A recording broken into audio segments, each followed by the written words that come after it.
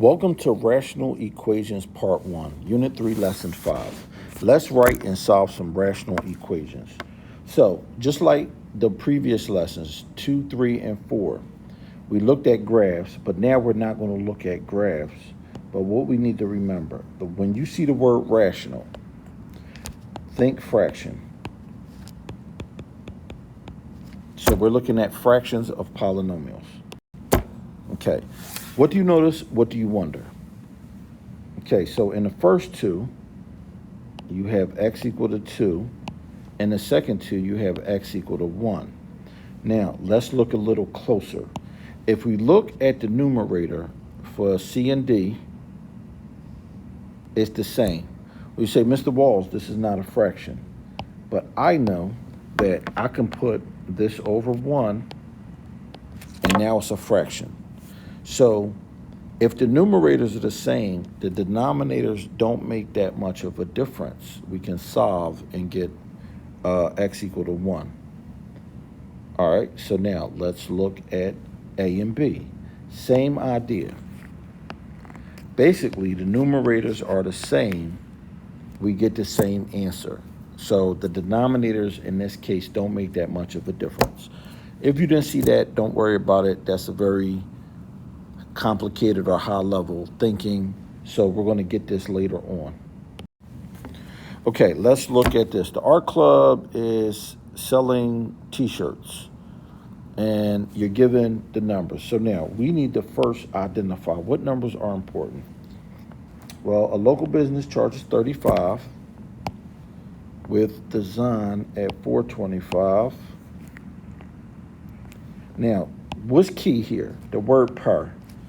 Per is a rate word. So back to your algebra 1, if you forgot your algebra 1, we know that per goes with the rate. So 4.25 is next to per. That goes with your variable plus 35, because 35 is not next to per each or every. So this is what we did in algebra 1. Now it says algebra 2. Create an equation to represent the average cost. Average cost, what do we have to do? We have to divide by the average. Well, if we divide by x, the total number, because we know to get the average, we had to add up all the numbers and divide by the total. If our total is x, then the average is going to change each time.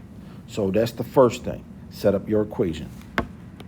Now, for part 2, all you got to do is put this into y equals in your calculator. Hit y equals, because I know you all downloaded the Calculate 84 app. You hit alpha, the green button, then the button next to it, xt theta n. And this is how you get your fraction. You put 4.25 xt theta n plus 35 all over xt theta n, which is next to the green button. Okay. Now, from here, you could do, well, from here, you would hit second graph, and then you would just scroll down to 25, and you will see what the number is, and scroll down to 100. So I'm going to put the 25 number in purple. I'm going to put the 100 number in red. Okay, so when x equals 25, y equals 565. When x equals 100, y equals 460. Okay, so now number 3 goes back to what we did last week. Our equation was 425x plus 100, not plus 100, I'm thinking about the previous answer, plus 35 all over x. Now, what we did last week, we separated the fractions. This eventually goes to 0 as x gets bigger. If our x cancels out, the lowest our shirts will go is 425. So that's our asymptote, 425, like we talked about in our previous lessons. Please watch those videos if you forgot. Lessons 2, 3, and 4. Okay, now, how many shirts would have to be printed to have an average cost of $5? If the average cost equals $5, that means the 5 goes over here, and now we have to solve our equation in terms of x. So multiply both sides by x.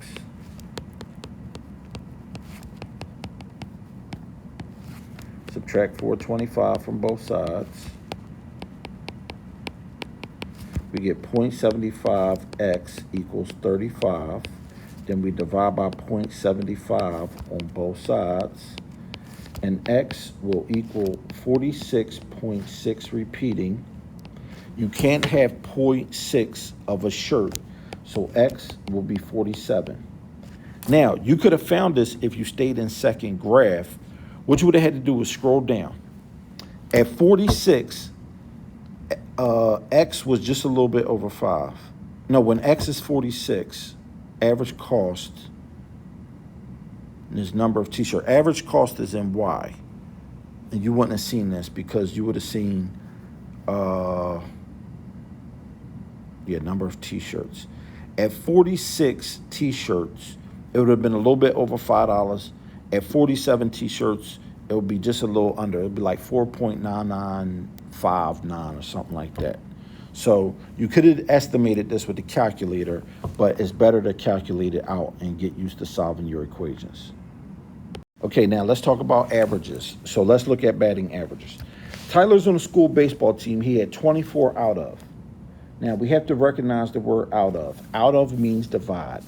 So when we do 24 out of 110, we get 218. We're rounding to 218. Averages are usually given in 3 numbers in sports. So round to the thousandth place. Okay, so now for this one. He wants to raise his batting average to 300. So our average was 300. We had 24 out of 110, but he needs more at-bats. So for more hits, we add x because we don't know how many hits we need. And that raises our total to plus x. See, this is an average. That's why x is in the top and the bottom. So now we have to cross multiply. So you get 300 times 110 plus x equal to 24 plus x. Doing some math. That was 0.300. I forgot to write the decimal point in front of. So I distributed. I got 33 plus 0.3x equals 24x. No, 24 plus x. I'm sorry. Now I'm going to subtract 24 from both sides. And I'm going to subtract 0.3x from both sides. I'm going to do it all in one step. So I get 9 is equal to 0.7x. I divide both sides by 0.7, and I get x is equal to 12.9. So I can't have 0.9 at bats, so I'm going to round this to 13. So Tyler needs to get 13 more at bats and 13 more hits. So if he wants to get to 300, it's going to be 24 plus 13 over 110 plus 13, which gives me 37 over 123.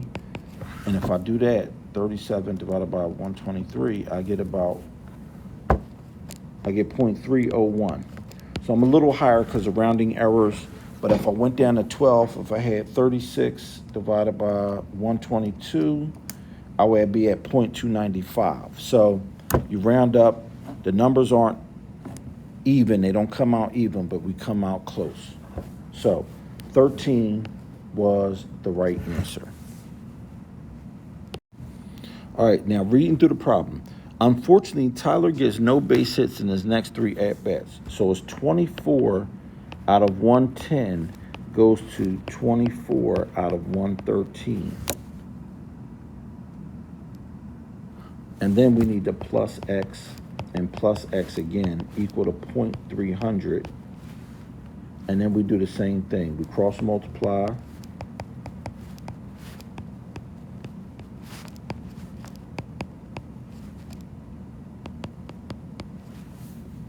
We get 24 plus x is equal to is equal to 33.9 plus 0.3x. I'm going to subtract 24 from both sides. I get x is equal to 9.9 plus 0.3x. I subtract 0.3x from both sides. I get 0.7x is equal to 9.9. I do 9.9 divided by 0.7. I get 14. So x is equal to 14. So he needs 14 consecutive hits, base hits, to be on bat. So we're at 24 plus 13. 24 leaves us with 24 plus 14 over 113 plus 14 gives us 38 over 127. When you divide that out, that gives you 0.299, which is close enough to 300. So 15 would be better. 15 would get you over 300. 14 is under. So it just depends on how stickler you want to be with the numbers. You could always put this in the y equals and see what the numbers come out to. That will always work. So you will put your original one in and just keep going down the line. But then you will have to change the equation every time he missed hits when he was at bat.